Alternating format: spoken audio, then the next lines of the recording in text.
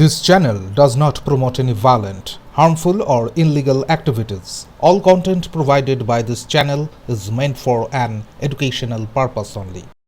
দীর্ঘদিনের কাজ হারানোর আশঙ্কায় কান্নায় ভেঙে পড়েন এক মহিলা নিরাপত্তা কর্মী। চাকরি বাঁচাতে সোমবার সকালে কল্যাণী বিশ্ববিদ্যালয়ের মূল ফটকে বিক্ষোভে সামিল হন কয়েকজন মহিলা নিরাপত্তা কর্মী। অভিযোগ, প্রায় 11 বছর ধরে তারা এজেন্সির মাধ্যমে কাজ করছেন, অথচ সম্প্রতি কোনো নোটিশ ছাড়াই তাদের কাজের দিন কমিয়ে দেওয়া হয়েছে, এমনকি কয়েকজনকে বসিয়েও দেওয়া হয়েছে বলে অভিযোগ তাদের। এদিন বিশ্ববিদ্যালয়ের রেজিস্ট্রার যখন অফিসে প্রবেশ করছিলেন, তখন বিক্ষোভের জেরে তার গাড়ি আটকে পড়ে। গাড়ি থেকে নামতেই এক মহিলা নিরাপত্তা কর্মী রেজিস্ট্রারের পা জড়িয়ে ধরে কান্নাকাটি শুরু করেন। কর্মী বলেন, আমরা কিভাবে চলবো? এতদিনের চাকরি হঠাৎ কেড়ে নেওয়া হচ্ছে কেন? এই ঘটনায় ব্যাপক চাঞ্চল্য ছড়ায় বিশ্ববিদ্যালয় চত্বরে। রেজিস্ট্রার পরে জানান, রাস্তায় বসে নয়, আলোচনার মাধ্যমেই সমস্যার সমাধান করার চেষ্টা করা হবে। মহিলা নিরাপত্তা কর্মীরা জানিয়েছেন, নতুন করে লোক নিয়োগ করে তাদের কাজের সুযোগ কমিয়ে দেওয়া হচ্ছে। তাদের দাবি, অভিজ্ঞ কর্মীদের বাদ দিয়ে নতুনদের সুযোগ করে দেওয়া হলে পরিবারের মুখে অন্ন তুলে দেওয়া কঠিন হয়ে পড়বে। ঘটনায় প্রশাসনিক স্তরে আলোচনা শুরু হয়েছে। কর্মীদের